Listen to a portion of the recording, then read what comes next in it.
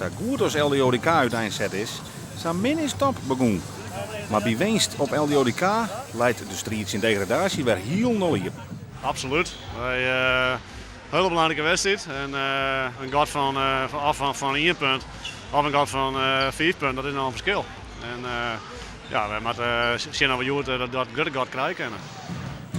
Top had een soort pech aan, met een soort blessures en een paar nipte nederlagen. De duels in LDODK maar dan de ommekeer worden.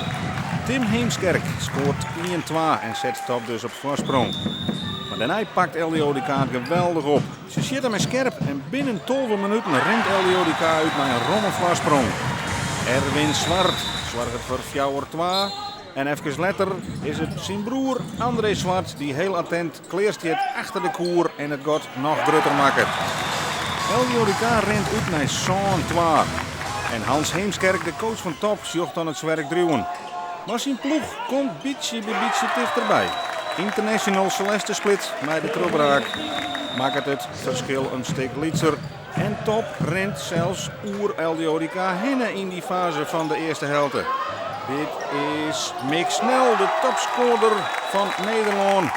En het verschil bij het skoft is in een over in het voordeel van Top. De wedstrijd is dus vol slijn op een kop zet. En Top vielt dat hier meer te heljen is. Bert Tim Heemskerk al met zijn 6e treffer. En dan is het got 5 goals over 16. En dan maakt LDODK de ziekje om te klampen. Marion Visser scoort 14-16. Zij is correct oproepen voor het nationale team van Jans Jouke van der Bos. Maar ze maakt wel tasjen dat het verschil groter wordt. Op de stand 18-21 krijgt Top de strafworp. De time-out is van Jan-Sjoerd Pool en de strafworp voor Heemskerk, maar die mist. Een juremisser, want nu kan LDODK weer rondkomen op 2 punten. En dat griept de ploeg van Jan-Sjoerd Pool aan. Het is Betty Jonsma die heel sterk werkt door onder de koer foutief aanstappen wordt. En de strafworp is voor André Zwart.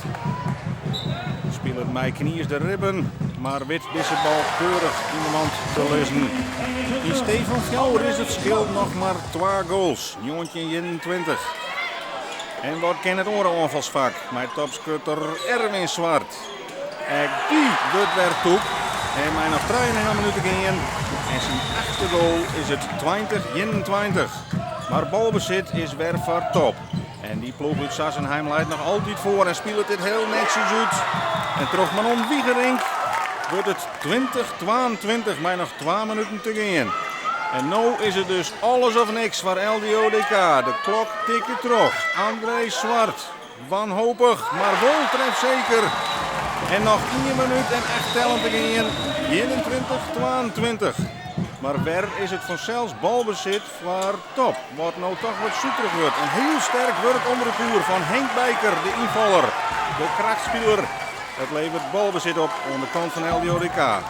En waar blijft nou het koelst? André Zwart nog maar eens. En het is weer rekken. 22 gelijk. Nog 40 tellen op de klok. En wat is er dan nog mogelijk? Kunnen ze een punt oerhouden aan deze wedstrijd? Of is het toch Top? Nee, het is Top met de flater.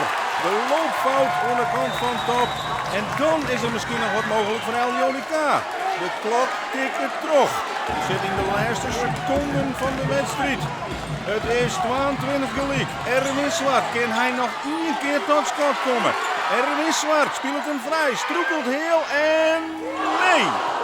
Het blijft 22 gelijk, maar het punt is een winstpunt voor LDODK, wat kansleer achterstier en toch een likspul eruit sleept. Je hebt hier een hele goede zaak nu aan kent, hè, die winst? Ja, dat is absoluut weer. En daar gaan we natuurlijk vol voor. En dat is, ik wil wat balen op dit moment. Maar op dit moment overheerst toch wel gewoon de tevredenheid van het punt waar je nog toch in knakt hebt. 2 minuten nog te gaan en 2 achter. En ik weet net hoe hij de bal erin kreeg, die 22-21, dat weer een belachelijke goal. Maar hij zit, dus telt hij. En dan nog een. En bij mij heel blij was met dit puntje.